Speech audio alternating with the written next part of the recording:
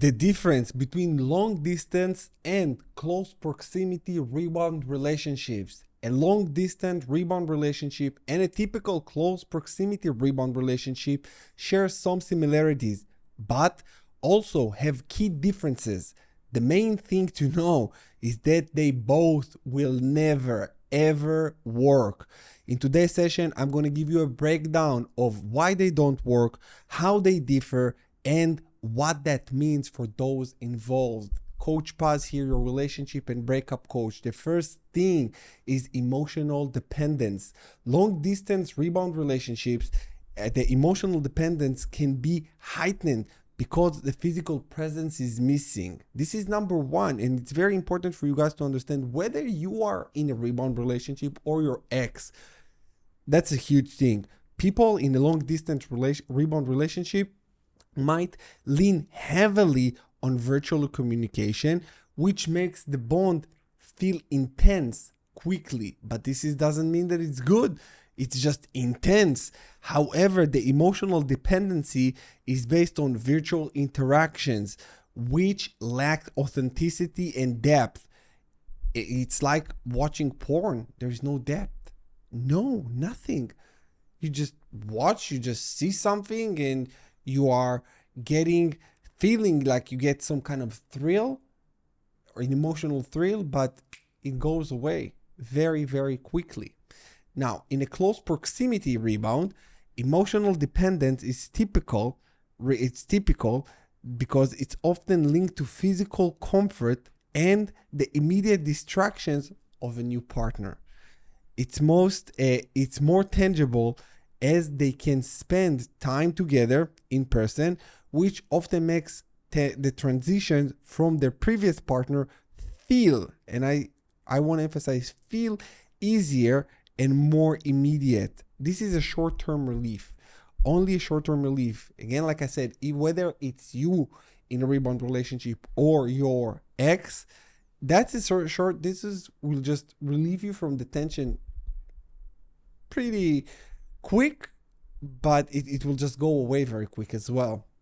And then you need more and more until you tap out and until it just doesn't really excite you anymore and you leave. In your ex's case, this is exactly what will happen to them, because they will say, it started exciting, but now it's just boring, and they tap and they go. That's it. And the relationship is over that quickly. Number two is physical interaction. Long distance rebound. Physical connection is limited, which can cause frustration or lead to one or both people to idealize each other, which is not healthy.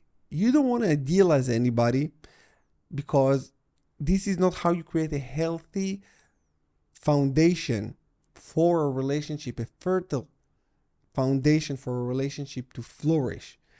The absence of regular in-person interaction may lead to unrealistic expectations, and the relationship might feel more romanticized than it actually is. So all the people that are going into a rebound relationship, they have a fantasy in their mind that this relationship will just fulfill all of their needs. Little did they know that their need needs to be met by themselves, not by a partner.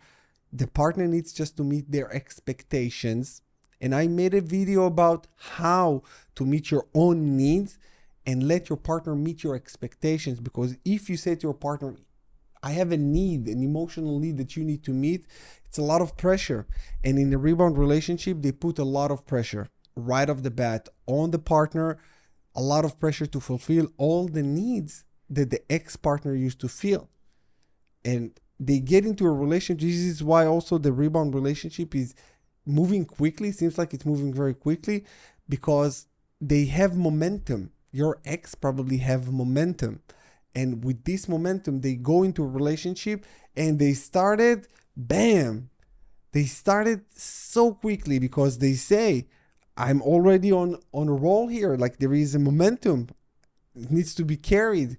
And there is a name for that. It's called psychological displacement, where they pick up their new relationship where the old one left off. This is why you see them often go to vacations together, posting pictures on social media together immediately, or doing all the things that you guys used to do, because as far as they're concerned, psychologically, they're with you. Emotionally, psychologically, they are with you. Physically, they're with someone else, but they don't realize it yet. Once they will realize that, once the infatuation phase is over, they will realize it, and then they see, oh my God, what am I doing?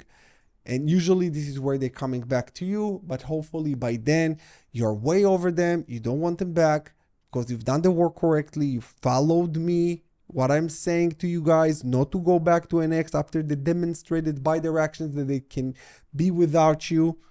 Don't ever look back.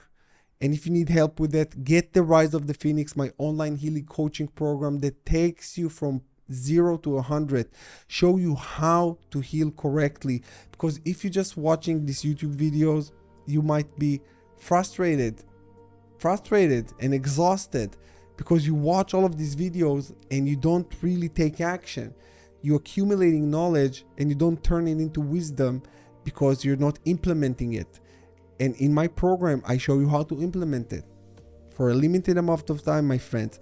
I'm offering that for you for only $37. So make sure you take advantage of it. Only for $37, and you're going to heal your heart. This offer will stand for just a few days. So make sure you just take advantage of it as soon as you can. And if there is any reason that you cannot afford it, which I believe that everybody can afford $37 because it's just a matter of priority, but if for any reason you can't, shoot us an email with your situation and we will consider to give it to you for free. How is that? Everything you need is available for you. If you need to talk to me one-on-one, the link in the description below. My online healing community, the Rise of the Phoenix, on Facebook for free. Join us. The link in the description below. Everything that you need is available for you. The decision is yours now. Next, close proximity rebound. The ability to be physically present offers more immediate source of comfort. People with in close proximity rebound often use physical closeness to cope with their recent breakup, which can create strong but superficial attachment. When I say strong attachment, is they start to be codependent. This is a codependent attachment because they need the new partner in order for them to heal emotionally. And once this new partner feels that there is a lot of pressure, a lot of tension, they usually bounce pretty quickly. And I know you say to yourself, no one will want to bounce from my ex because you see your ex as the perfect person, but you don't realize that the new partner doesn't see them the same way. You think they see them like you see them, but they probably not. So don't think that your ex is the best thing ever, because if they were, they would stay with you, right? When they did what they did, just disqualified them from being a good match for you as well. Number 3, intensity and attachment. Long distance rebound. These relationships can seem intense due to the emotional highs and lows of missing each other. However, this attachment may fade quickly if the physical distance begins to feel like a barrier rather than a support. Definitely, it fizzles pretty quickly. In a close proximity rebound, proximity allows for a steady attachment that can feel secure initially through its often less intense emotionally with time as the newness of the new relationship fades. Number 4, motivations. Long distance. Often people enter long distance rebounds when they're not ready to fully commit or using the new partner as a placeholder. It can provide comfort without expectations of a deep in-person connection. Close proximity rebound. Typically, people seek close proximity rebound to replace the feeling of companionship they lost. Often as quick as a distraction. The ability of seeing each other in person can provide immediate temporary relief from the breakup pain, temporary. Because in a rebound relationship, in every relationship, when the relationship is over, what everybody must do is stop. Start to digest the emotions, digest what happened, draw conclusions, take the time to grieve, and then move on. You cannot move from one relationship to the next without it. In this case, if a person is jumping to a new relationship without feeling, without grieving, this is a classical case of emotional bypassing.